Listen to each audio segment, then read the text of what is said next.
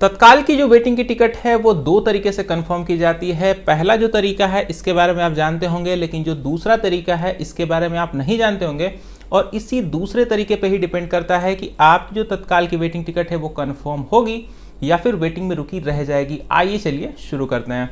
तो सबसे पहले हम लोग बात करें पहले तरीके के बारे में, जिसके बारे में आप जानते होंगे। मान लीजिए कि आपकी वेटिंग का जो नंबर है 1 है, तो वो कब कंफर्म होगी? अगर किसी ने भी अपनी तत्काल की एक कंफर्म टिकट को कैंसिल कर दिया तो वहाँ पे आपकी जो 1 नंबर की वेटिंग है उसको उठा के कंफर्म कर दिया जाएगा।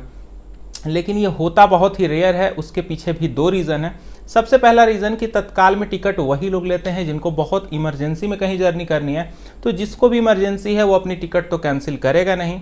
और दूसरा जो सिनेरियो है कि तत्काल की एक कंफर्म टिकट को कोई इसलिए भी नहीं कैंसिल करेगा क्योंकि कंफर्म टिकट के कैंसिलेशन पे अगर तत्काल की रहती है तो एक भी रुपये रिफंड नहीं मिलता है। तो जिसको रिफंड नहीं मिलेगा तो वो अपनी टिकट को कैंसिल क्यों करेगा?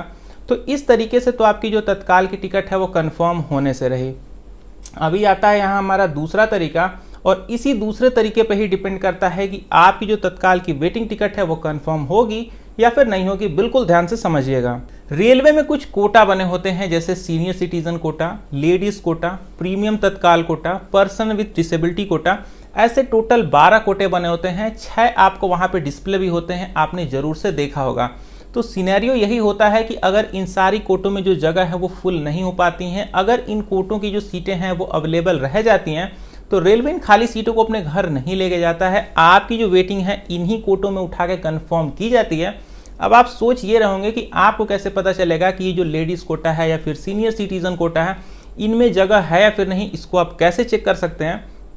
चेक करने का बिल्कुल आसान तरीका है, ध्यान से समझते जाएगा। मैं अभी आपको लेके चलता हूं अपनी मोबाइल फोन की स्क्रीन पे। आपको क्या करना है, सिंपल सा IRCTC एप्लीकेशन को ओपन कर लेना है और उसमें आप अपनी जर्नी को पहले सर्च करिए।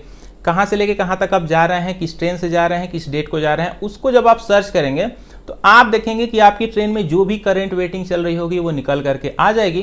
तो आपको यहाँ पे क्या करना है, सिंपल सा आपको पहले बैक आना है। बैक आने के बाद जहाँ पे कोटा लिखा होता है आपको यहाँ पे कोटे को थोड़ा सा चेंज कर देना है। किसी भी कोटे में आप कर सकते हैं। फिलहाल मैं आपको यहाँ पे सीनियर सिटीजन कोटा करके दिखा रहा हूँ।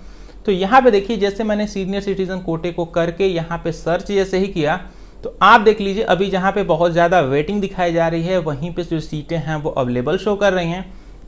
अब यहीं पे आपको समझना है, अगर आपकी वेटिंग के नंबर से यहाँ पे जो सीटें हैं वो ज़्यादा दिख रही हैं तो आपकी जो तत्काल की वेटिंग है उसके कंफर्म होने के चांसेस यहाँ पे मैक्सिमम है।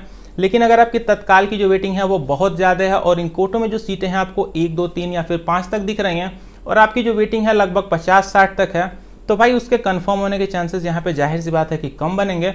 तो दोस्तों यही था टोटल सिनेरियो आपकी तत्काल की वेटिंग टिकट को कंफर्म होने का। तो अभी जाइए चेक करिए अपनी तत्काल की वेटिंग टिकट को कि क्या वो कंफर्म हो पाएगी या फिर नहीं। मन में कोई डाउट आ रहा होगा तो कमेंट करके पूछ लीजिएगा। मिलता हूँ अगली वीडियो में, तब तक के लिए बाय बाय।